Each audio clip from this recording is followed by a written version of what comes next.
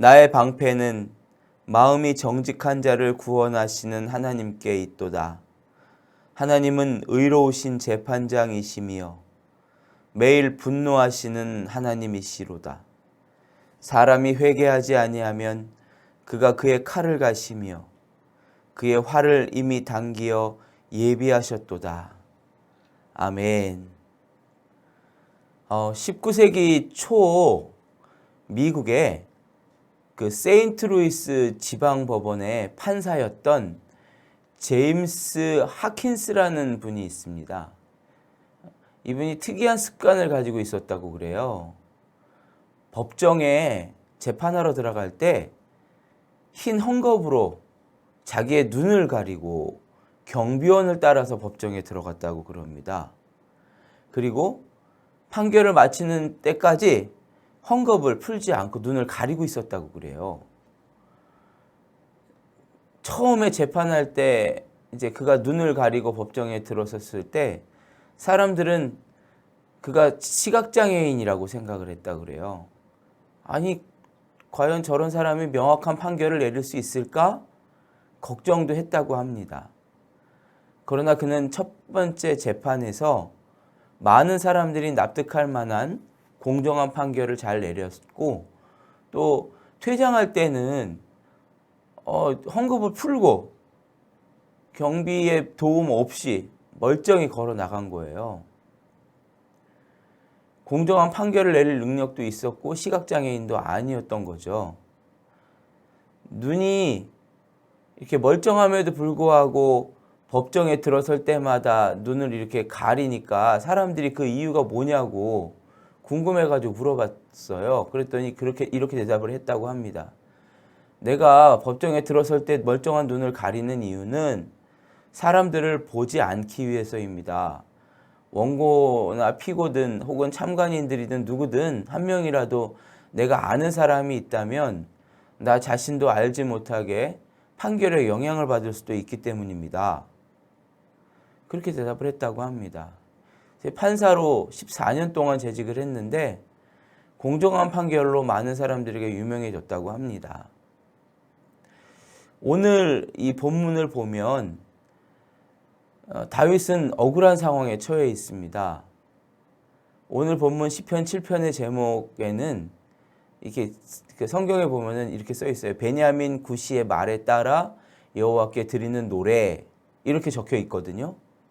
이 베냐민 구시라고 하는 사람이 정확하게 누군지는 사실 성경 기록에는 나와 있지는 않아요. 그렇지만 분명한 건 이제 다윗을 모함하고 비판했던 사람입니다.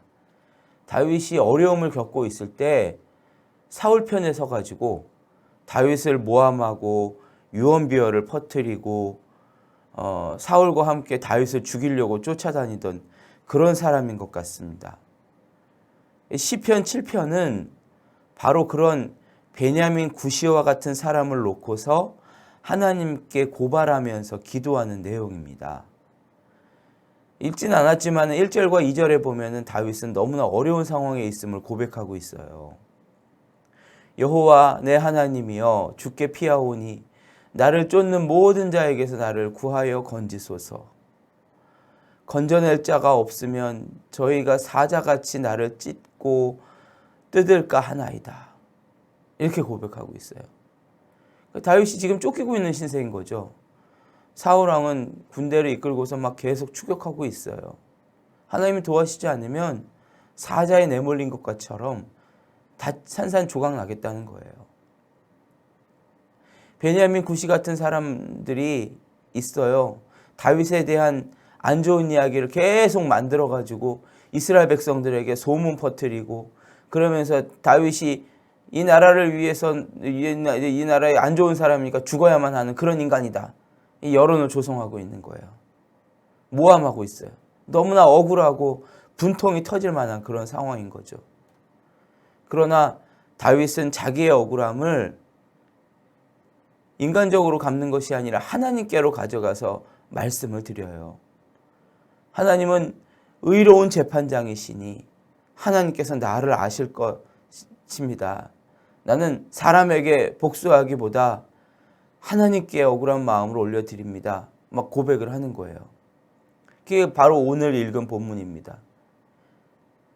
여호와께서 만민에게 심판을 행하시오니 여호와여 나의 의와 내게 있는 성실함을 따라서 나를 판단해 주십시오. 하나님께서 저를 판단하셔야 됩니다. 그러면서 오늘 10절에 이렇게 말을 해요. 나의 방패는요, 마음이 정직한 자를 구원하시는 하나님께 있습니다. 하나님이 판단해 주세요. 하나님께서 저를 잘 아시지 않습니까? 지금 저는요, 옳고 그른 걸 가리고 복수하고 해결할 능력도 없고 여유도 없습니다. 하나님께서 저의 방패가 되어 주시고 저를 구원해 주실 걸 믿습니다. 그러면서 11절에 하나님은 의로운 재판장이시며 매일 분노하신 하나님이시로다. 하나님은 인생을 판단하시는 의로운 재판장이시고 매일 분노하신 하나님을 그렇게 고백해요. 다시 말해서 죄에 대해서는 반드시 심판하시는 하나님이라는 그런 고백을 하는 거예요. 여기서 주목해야 될 말이 있어요. 하나님께서 매일 분노하신다라고 표현하고 있는데, 매일 분노하신다라고 하면, 죄에 대해서 심판하신다고 하면 지금 당장 억울함을 풀어주시고 지금 당장 복수해 주시는 게 좋지 않을까요? 그런 하나님을 고백하는 거 아닐까요? 우리가 신앙생활하면서 우리도 다윗처럼 이런 부분에 대해서 늘 의문을 가져요. 내가 어떻게 해서든지 나는 억울한 거 참을 수는 있고요. 견뎌볼 수도 있습니다. 그런데 왜 하나님은 죄인들에게, 저 나쁜 사람들에게 당장 심판을 내리시지 않을까?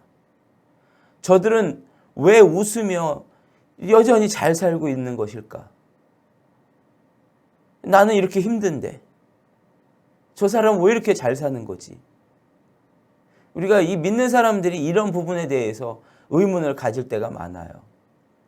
그런데 그 이유가 12절에 기록되어 있습니다. 사람이 회개하지 아니하면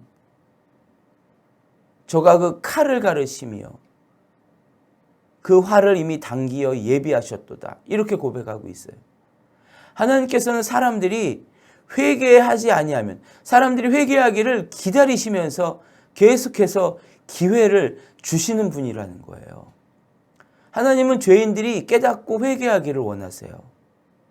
그러니까 하나님은 범죄한 사람들에게 회개할 기회를 주시고 돌아오기를 기다리시다가 더 이상 회개하지 않으면 하나님의 정하신 때가 찼을 때 예비하셨던 하나님의 칼과 화살로 죄인들을 징계하신 하나님이라고 그렇게 이야기하는 거예요. 다윗은 이것을 알았기 때문에 하나님이 의로우신 재판장이라고 담대하게 고백할 수 있었던 것입니다. 우리 인생의 모든 억울함이 즉각 해결되지 않아도 여러분, 하나님을 신뢰하십시오. 의로우신 재판장이신 하나님께서 우리 인생을 보고 계심을 믿으십시오. 그러면서 옳은 길을 계속 걸어가십시오. 성급하게 하나님을 자꾸 앞서가서 내가 뭔가 해보려고 하다가 길을 잃어버리지 마십시오. 누구나 반드시 하나님 앞에 서야 되는 심판의 때가 다가옵니다. 의로우신 재판장께서 그때 반드시 갚으실 것입니다. 우리는 이 땅에서 계속해서 공평하신 하나님만을 바라보면서 옳은 길을 걸어가야 합니다. 하나님은 죄인들이 회개하기를 기다리시는 그런 하나님이시고, 불의에 대해서는 반드시 심판하시는 의로우신 재판장이라는 그러한 믿음을 가지고 오늘도 승리하시기를 예수님의 이름으로 축복합니다. 기도하겠습니다.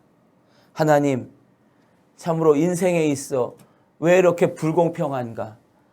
나는 여전히 힘든데 하나님, 악인들은 저렇게 잘 살고 있는가? 믿음의 형제들, 자매들이 고난을 당하며 하나님 의문을 품고 힘들어할 때가 많습니다. 그러나 하나님은 의로운 재판장이시고 하나님은 반드시 갚으실 것입니다. 하나님, 성급하게 하나님을 앞장서서 앞서 나가서 내가 무엇인가 하려 하지 않게 하시고 하나님의 인도하심을 기대하며 하나님께서 반드시 갚으실 것을 믿으며 옳은 길을 걸어갈 수 있도록 도와주시옵소서.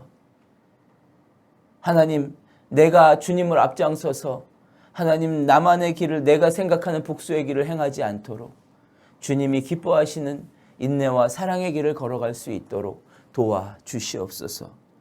오늘도 사랑하는 모든 예배자들을 축복하시고 이끌어 가실 줄 믿사오며 예수님의 이름으로 기도하옵나이다. 아멘.